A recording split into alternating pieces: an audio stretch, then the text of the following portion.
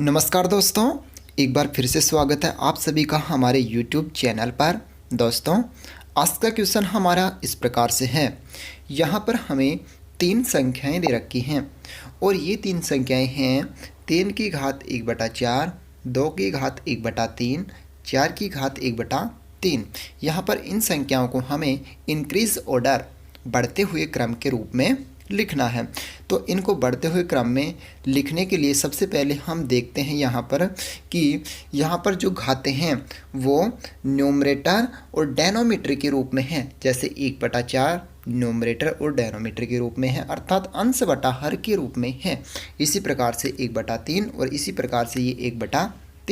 तो यहाँ पर हम क्या करते हैं, यहाँ पर हम डेनोमीटर को इक्वल्स बनाते हैं, अर्थात डेनोमीटर को क्या बनाते हैं, समान बनाते हैं। लेकिन यहाँ पर 4 3 3 है, क्योंकि ये समान नहीं है, इसलिए डेनोमीटर को हम क्या बनाएंगे, समान बनाएंगे। और डेनोमीटर को समान बनाने के लिए हम क्या करते हैं, यहाँ पर हम LCM लेते हैं, लोअर कॉमन फैक्टर लेते हैं। तो यहाँ पर हम 4 3 3 का लैसा लेते हैं, तो हमारा लैसा आता है 12।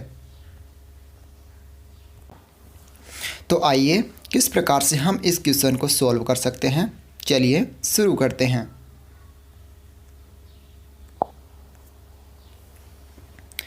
देखिएगा, यहाँ पर हमारे पास सबसे पहले हमने 4 3 3 का लैसा ले लिया था। 4 3 3 का लैसा हमारे पास आया 12 है। उसके बाद हम क्या करते हैं, यहाँ पर एक एक संख्या लेते हैं। 3 की घात 1/4 लेते हैं। पहले 3 की घात 1/4 का हम मान निकालते हैं।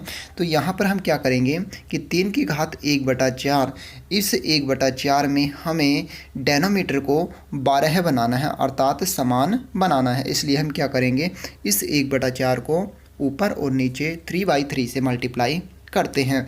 तो हमारा जो उत्तर आता है वो 3 की घात 3/12। अब 3 की घात 3/12 को हम लिख सकते हैं 3 की घात 3।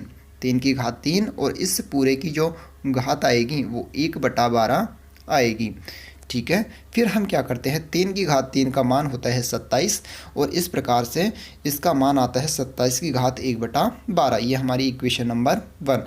इसी प्रकार से 2 की घात 1/3 का मान निकालते हैं हम। ऐसे ही यहाँ पर हमें, क्योंकि यहाँ पर जो घात है वो 1/3 है और यहाँ पर हमें डेनोमीटर को 12 बनाना है, इसलिए यहाँ पर 4/4 से हम गुना करते हैं। तो 2 की घात 1/3 को गुणा करते हैं हम 4/4 से। 1/3 को गुणा करेंगे 4/4 से। फिर हमारा आंसर आता है 2 की घात 4/12 और 2 की घात 4/12 को हम इस प्रकार से लिख सकते हैं 2 की घात 4 और इसकी घात 1/12। यहाँ पर 2 की घात 4 का मान 16 होगा और इसे हम लिख सकते हैं 16 की घात 1/12। इस प्रकार से इक्वेशन नंबर 2 आ जाती है। इसी प्रकार से 4 की घात 1/3 को भी हम सॉल्व कर सकते हैं। इसी प्रकार से 4 की घात 1/12 आएगा, फिर 4 की, इसको ये लिख सकते हैं। फिर 4 की घात 4 का मान जो आएगा वो 256 और इसकी घात 1/12। इस प्रकार से हमारे पास 3 इक्वेशन प्राप्त होती हैं। तब हम यहाँ पर क्या करते हैं, अब हमें इनको, ये जो 3 संख्याएं थी, इनको इंक्रीज ऑर्डर में लिखना था। तो इंक्रीज ऑर्डर में लिखने के लिए हम देखते हैं कि 3 की घात 1/4 का जो मान आया वो 27 की घात 1/12 आया। देखिएगा, 3 की घात 1/4 का मान जो आया वो 27 की घात 1/12 आया। 2 की घात 1/3 का मान आया 16 की घात 1/12 और 4 की घात 1/3 का मान आया 256 की घात 1/12। तो यहाँ पर हम देखते हैं इक्वेशन नंबर 1 2 एंड 3 में यहाँ पर जो घातें हैं वो सभी में क्या है, 1/12 है। इसका मतलब घातें क्या है, समान है। अब घातें समान हैं तो इसका मतलब हम इन्हें इंक्रीज ऑर्डर में लिख सकते हैं। जौन सी संख्या बड़ी होगी वही कंप्लीट नंबर्स भी क्या होगी, बड़ी होगी। जैसे यहाँ पर 256 अधिक है, इसका मतलब 256 की घात 1/12 क्या होगी, सबसे बड़ी होगी। और 16 की घात 1/12, क्योंकि 16 सबसे छोटी है तो 16 की घात 1/12 क्या होगी, सबसे छोटी होगी। ओके, तो इस प्रकार से हम इनका इंक्रीज ऑर्डर लिखेंगे। 16 सबसे छोटी, फिर 27, फिर 256। अब 16 सबसे छोटी है, इसका मतलब घातें जो हैं वो क्या हैं, समान है, इसलिए 16 की घात 1/12 सबसे छोटी, फिर 27 की घात 1/12 और फिर 256 की घात 1/12।